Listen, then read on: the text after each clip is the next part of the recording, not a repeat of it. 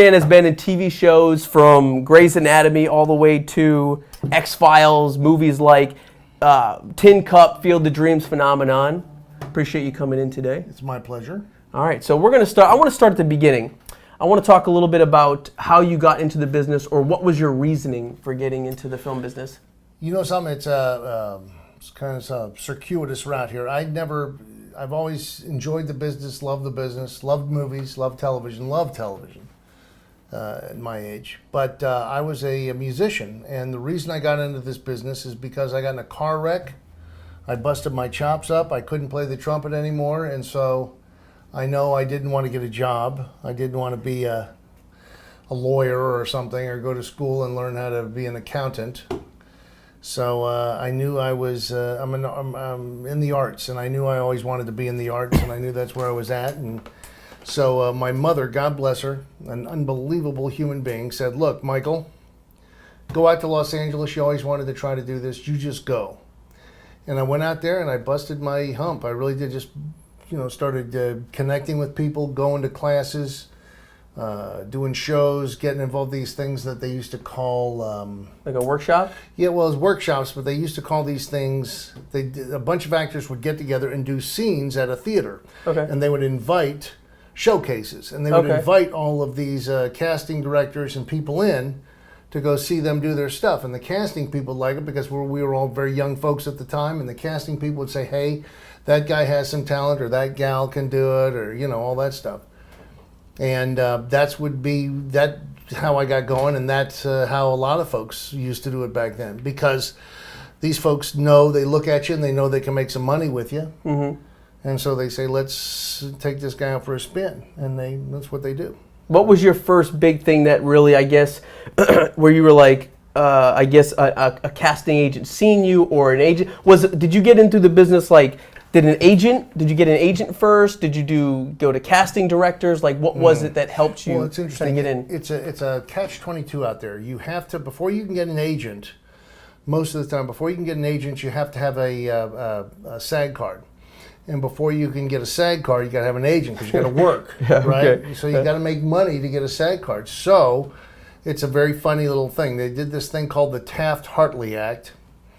You might want to look that up, Taft-Hartley. With SAG, right? Yeah. And so what happens is there was a film, and I've never done this before. There was a film called Beach Girls that I went out. I was going to be. That sounds like something you'd be in. Sure, thank you very much. It's a wise guy. So anyway, look, it's Beach Girls, and we went out there to. I went out there to go do the show as kind of an extra, because I was in good shape back then. And they said, "Look, how would you like to deliver a line?" I had a couple of lines in this thing. I said, "Well, that'd be great."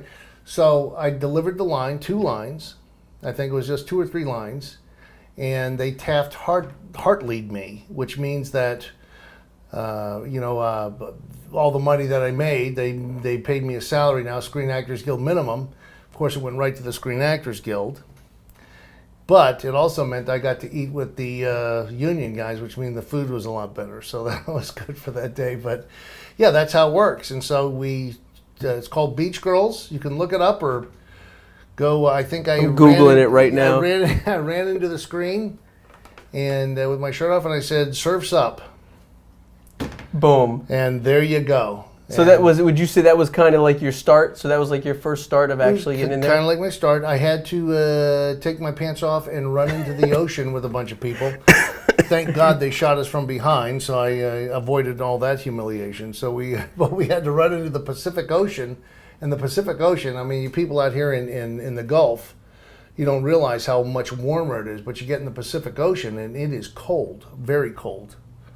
And they said we did the one shot, and they say, "Okay, let's go back to ones. We're going to shoot this again." And all the guys are standing around going, "No, I'm not getting out of this one unless I get a towel or something," because it was very cold. And of course, we know what happens when that happens. So, anyway, next question. So after you did that movie, yes, where did you go from there? You were already in LA, right? You did this? Yeah. Okay, so you moved out to LA to pursue it.